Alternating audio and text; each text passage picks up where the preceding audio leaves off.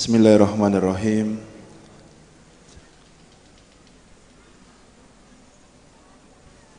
Alhamdulillah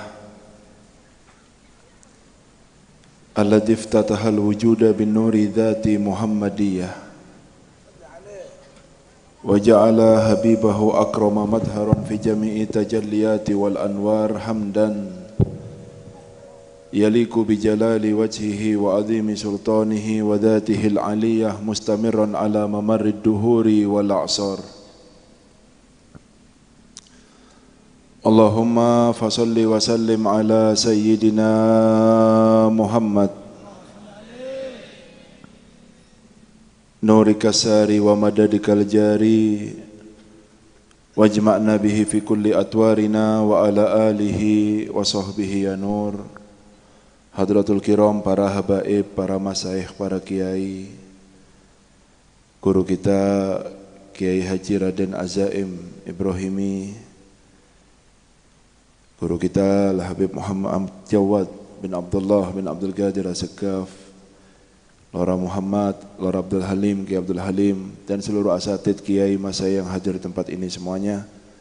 Al-Habib Abdul Qadir Jailani bin Ali Zainal Abidin Al-Muhdar, wali santri dan hadirin hadirat rahimakumullah. Barusan kita sudah mendengarkan nasihat dari guru kita.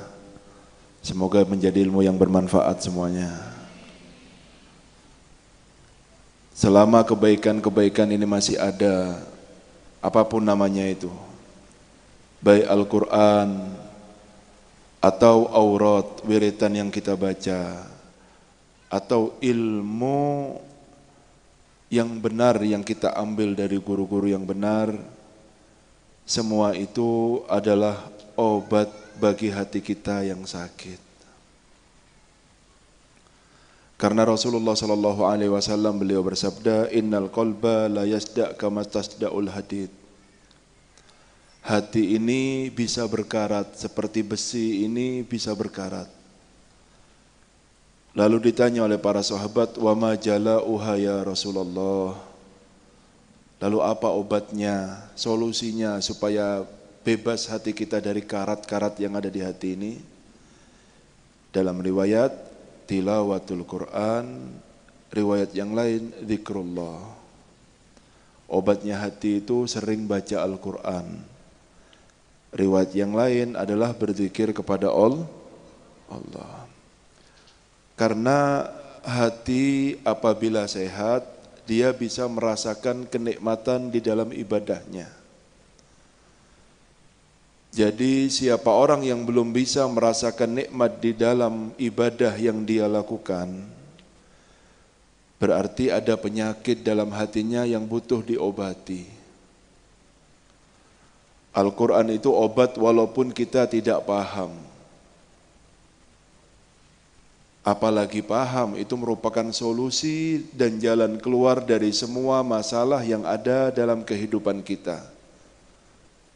Karena yang lebih mengetahui kita adalah yang menciptakan kita, yaitu Allah Subhanahu wa Ta'ala. Setiap nasihat yang ada di dalam Al-Quran itu langsung dari yang menciptakan alam semesta, yang bisa kita pegang sebagai jalan kita dalam semua masalah yang ada dalam diri kita semua. Dan apabila seseorang itu merasakan nikmat di dalam ibadahnya, maka ada tanda-tanda dalam kesehariannya. Rasul sallallahu alaihi wasallam pernah berkata kepada para sahabatnya, "Mali la ara alaikum halawatal ibadah," kata Rasul sallallahu alaihi wasallam. Kenapa saya kok tidak kelihatan dalam diri kalian itu kenikmatan dalam ibadah? Lalu para sahabat bertanya, "Wa ma halawatul ibadah ya Rasulullah?" Apa yang disebut kenikmatan ibadah itu wahai Kanjeng Nabi? Ciri-cirinya seperti apa? Ciri-ciri hati yang dia itu disirami oleh Al-Quran, disirami oleh zikir, disirami oleh ilmu-ilmu yang semuanya dicahaya, semakin merendah karena semakin tahu akan dirinya, dan dia itu semakin tahu dengan keagungan Tuhannya yaitu Allah Subhanahu wa Ta'ala, halawatul iwadah, tanda-tandanya kata Rasulullah at-tawadu. Ketika kita merasa rendah diri kepada makhluknya Allah Subhanahu wa taala. Bahkan perintah Allah di dalam Al-Qur'an kepada orang yang paling mulia akhlaknya.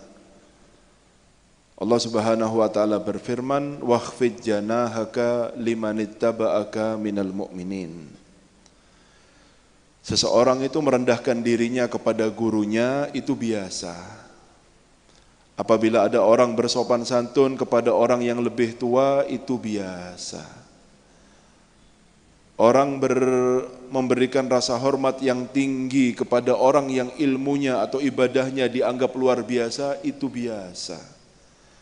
Tetapi puncak daripada itu semua ketika manusia yang paling mulia yang tidak bisa kita bandingkan dengan siapapun langsung dapat perintah dari Allah, wakhfid janahaka limanittaba'aka minal mu'minin. Rendahkan sayapmu, rendahkan dirimu, bertawaduklah kamu kepada siapa? Kepada santrimu. Allahumma shalli ala Muhammad. Limanittaba'aka, pengikutnya Rasulullah yang mengikuti Kanjeng Nabi dari orang-orang yang beriman, semuanya santrinya Kanjeng Nabi Muhammad sallallahu alaihi wasallam. Semuanya santrinya. Kalau dibilang harus tawaduk kepada orang yang lebih alim, siapa yang lebih alim dari Rasulullah? Kalau harus bertawaduk kepada orang yang lebih ahli ibadah, siapa yang lebih ahli ibadah dari Rasulullah? Tidak ada. Sehingga itu diamalkan oleh Kanjeng Nabi Muhammad SAW. Ketika tahun ke-8 Sayyidina Umar bin Khattab permisi sama Kanjeng Nabi mau pergi ke umroh. Ketika tahu bahwa Sayyidina Umar bin Khattab akan pergi umroh, Kanjeng Nabi datang ke rumahnya. Terbalik ya. Seharusnya Sayyidina Umar datang minta doa kepada Rasulullah. Tapi ini adalah langsung perintah dari Allah. Rasulullah datang kepada Sayyidina Umar bin Khattab lalu berkata, la tansani ya ukhayya min du'aika. Jangan lupakan saya wahai saudaraku untuk mendoakan saya. Doakan saya ya kata Rasulullah. Allahumma shalli ala Muhammad. Akhlak ya. Gimana ya? Begini yang diajarkan oleh Rasul sallallahu alaihi wasallam dan begini akhlak para pewaris Rasul setiap zamannya. Tidak ada yang keluar. Kalau keluar dari ini berarti keluar dari warisannya Nabi Muhammad SAW. Ini tanda-tanda ibadah yang diterima. Banyak orang ahli ilmu, iya, faham saya. Tetapi mereka mempunyai ilmu hanya badannya, bukan ruhnya. Karena ilmu itu seperti cahaya. Cahaya Allah yang diberikan kepada hati orang-orang yang dipilih oleh Allah Subhanahu wa taala, dengan cahaya itulah orang ini bisa menerangi orang-orang yang ada di sekitarnya. Banyak orang yang mempunyai ilmu tapi tidak mempunyai cahaya ilmu. Sehingga Al-Imam Syafi'i radhiyallahu taala anhu wa ardha ketika dilihat luar biasa oleh gurunya Imam Malik, ini orang punya kelebihan, hafalannya luar biasa. Ya, tafarros punya firasah Imam Malik ini tentang kehebatan santrinya Imam Syafi'i ini, lalu berkata, innallaha qad alqa ala qalbika nur fala tudfi'uhu bil ma'asi, katanya. Sesungguhnya Allah telah menaruh dalam hati kamu cahaya. Ingat ya, cahaya ini jangan dipadamkan dengan maksiat. Banyak orang ilmu dengan maksiatnya, berarti apa? Dia hanya mempunyai badannya ilmu, bukan ruhnya ilmu. Yang seperti ini tidak akan memberikan cahaya kepada orang-orang sekitarnya karena dia tidak bisa memberikan cahaya kepada dirinya sendiri. Faham ya? Baik itu ilmu, Al-Quran, wirid, semua itu obatnya hati. Kalau sudah hatinya sehat, ibadahnya nikmat. Sehingga ketika di dalam ibadah, dia tidak kepingin keluar dari ibadahnya. Seandainya dia harus keluar dari ibadahnya karena ada kewajiban dari kepentingan dunia yang harus dia kerjakan, hatinya selalu rindu kapan dia akan kembali ibadah lagi karena merasakan nikmat dalam ibadahnya. Hatinya selalu terpaut kepada ibadah kapanpun dan dimanapun orang yang merasakan nikmat di dalam ibadahnya. Nah, ini bagaimana kita ini ya mengobati sakit yang ada dalam hati kita. Berapa banyak orang sudah rambutnya putih semua, tidak tahu nikmatnya sholat masih. Belum tahu rasanya nikmatnya zikir kepada Allah. Belum pernah tahu nikmatnya membaca Al-Quran. Ya, sama seperti orang sakit dikasih makanan seenak apapun akan terasa pahit. Bukan makanannya yang salah, tapi badannya yang sakit yang membuat dia tidak bisa merasa apa-apa. Sama seperti itu. Orang yang ibadah tidak merasakan nikmat dalam ibadahnya, bukan ibadahnya yang salah, tapi sakit hatinya itu yang jadi masalah sehingga dia tidak bisa merasakan nikmat dalam ibadahnya. Sayyidina Umar bin Abdul Aziz ketika menjadi seorang khalifah ada tamu. Lalu lampu kerajaannya ini bermasalah. Ini tamu mampir ke rumahnya raja. Lalu ketika lampu bermasalah, tamunya ini berdiri yang namanya raja. Sudah raja, saya yang memperbaiki lampunya. Laisa minal muru'atir rajul ya an ya'muru dhaifahu. Bukan dari muru'ah, suatu kemuliaan, kehormatan ya bagi seorang laki-laki, dia itu memerintah tamunya. Tamu itu raja, kau duduk oh. Walaupun sekarang kamu ini bertamu kepada seorang raja, tetapi tamu raja adalah harus lebih dirajakan daripada tamunya. Duduk. Katanya tamunya, sudah saya mau berdiri, saya tidak mau ngerjakan lampunya, saya mau perintahkan pembantu panjenengan saya banguni ya untuk membetulkan lampu yang ada di istana ini. Dia baru pertama waktu istirahatnya, jangan dibanguni katanya. Sudah kesian baru istirahat dibanguni cuma gara-gara lampu. Akhirnya apa? Beliau sendiri ngambil minyak, diisi lampunya sampai terang lagi. Lalu kamu mengerjakan ini semua sendiri wahai Amirul Mukminin. Dhahabtu wa ana Umar, wa raja'tu wa ana Umar, wa man naqasali minni sayun katanya. Saya pergi, nah saya tetap Umar, pulang tetap Umar, saya tidak kurang apa-apa, tetap saya tidak ada perubahan sama sekali. Kenapa? Tidak ada perubahan kan? Kadang-kadang manusia seperti itu, salah cara memandang. Kalau sudah pakai baju raja kelihatan tampak rajanya, kalau pakai baju biasa kayak orang biasa lagi. Sama juga habaib kiai juga seperti itu. Bisa dirasakan bagi orang-orang yang tahu, yang bisa. Kalau sudah pakai imamah, pakai jubah, orang ini salamannya berbeda dengan ketika orang pakai baju takwa biasa, pakai sarung. Matanya manusia ini. Tapi apa? Tidak ada perubahan sama sekali sama manusianya. Mau pakai imamah, mau pakai tidak. Ya. Mau dia itu ala kulit, tidak ada perubahan. Kenapa kok takut derajatnya? Tidak ada penurunan derajat sama sekali. Ya, tidak ada perbedaan. Sampai pernah diajarkan sama Rasulullah, saya belajar sama teman-teman ini Habib Jawa dan sebagainya. Dalam satu perjalanan, ya mau makan, akhirnya ngomong, ya sudah waktunya makan sekarang dalam perjalanannya Rasulullah SAW dalam salah satu safarnya. Lalu bilang, idan ya mau disembelihkan kambing. Kalau gitu saya yang menyembelih, saya yang nguliti, saya yang masak, saya yang ini kata Rasul. Idan alaya jamul khatab. Kalau kamu sudah sibuk nyembelih, kamu yang nguliti, kamu yang masak, saya tidak ada tugas. Kalau kata Rasulullah, saya yang ngumpulkan kayunya kalau gitu. Nakfika ya Rasulullah, kata para sahabat. Sudah, sampai tidak perlu nyari kayu, cukup kami saja yang nyari kayu.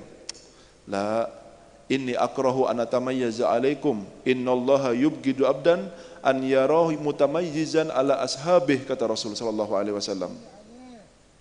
Saya tidak kepingin beda sama kalian, kata Rasulullah. Allah tidak senang seorang hamba yang ingin tampil beda dari para sahabat-sahabatnya, kata Rasulullah. Allahumma shalli ala Muhammad. Akhlak ya, nubuwah. Kalau kepingin mulia, di sini ada kemuliaan. Dengan akhlak yang seperti orang tidak akan turun derajatnya. Justru di situ akan terangkat derajatnya karena pengikutannya dengan Nabi Muhammad SAW. Ya, semua apa yang kita pelajari dari Al-Quran, yang dibilang hulukul Quran itu siapa? Rasulullah. Dalam artian, semakin kita mengikuti Rasulullah, semakin kita itu mengamalkan apa yang ada dalam Al-Quran. Kita tidak tahu Al-Quran secara hakikat, tidak bisa kita memahami Al-Quran ini. Seperti apa yang diinginkan Allah, tidak bisa. Terlalu luas Al-Quran ini. Lalu bagaimana kita menjalankan Al-Quran? Dengan mengikuti sunnahnya Kanjeng Nabi. Karena semakin besar pengikutan kita kepada Rasulullah, semakin kita mengamalkan Al-Quran. Karena Rasulullah adalah Al-Quran yang berjalan di atas muka bumi ini. Walaupun dia menghafal Al-Quran tetapi akhlaknya tidak sesuai dengan akhlaknya Rasulullah, tidak bisa kita katakan mereka adalah ahlul Quran. Jadi yang paham sampean ya, harus senang sampean punya anak-anak ya, umur masih 5 tahun jadi sudah hafal juz amma ya, ada yang sudah hafal 30 juz, ada yang hafal munjiat, alhamdulillah. Dan sampean yang ngerti sama kiainya. Saya tuh ngomong begini terus. Dulu ini ada seorang alim besar nitipkan anak sama guru. Dititipkan ini anaknya untuk belajar Al-Quran.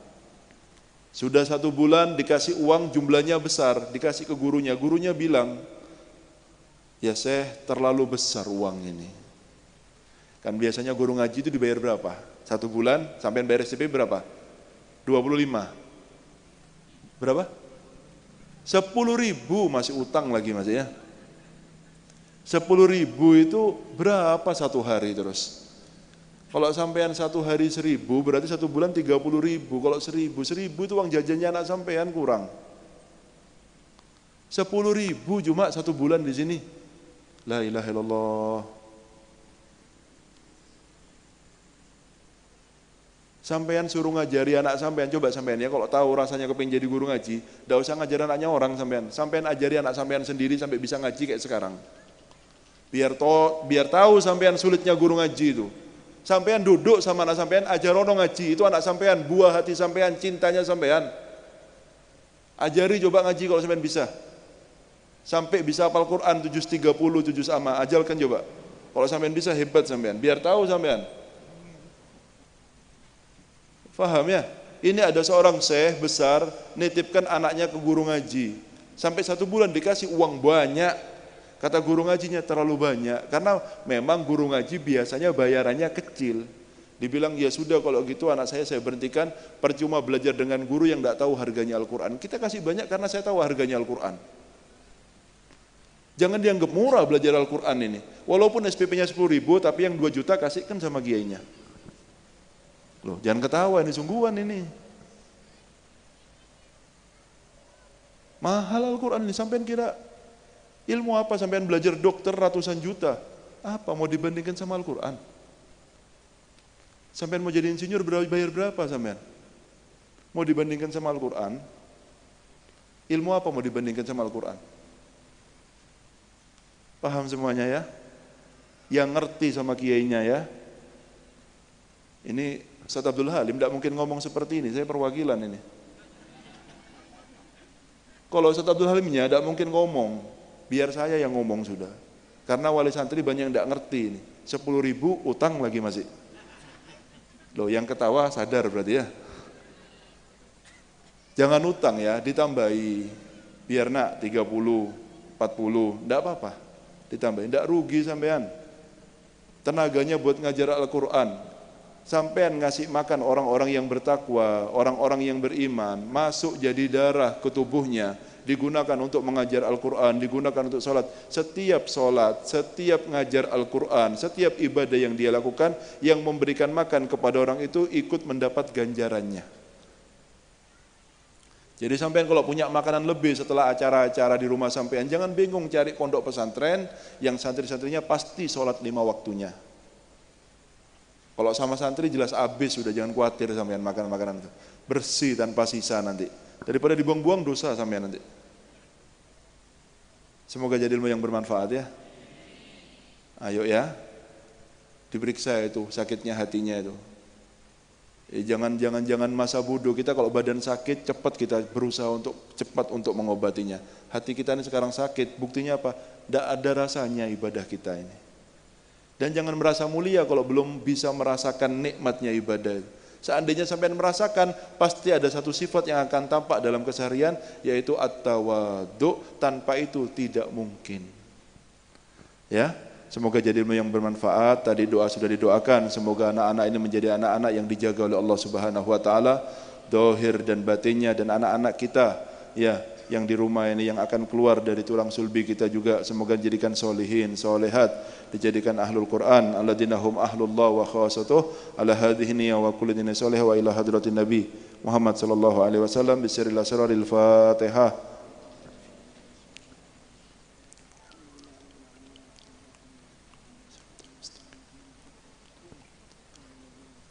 Hada minni wa la fa minkum. Assalamualaikum warahmatullahi wabarakatuh.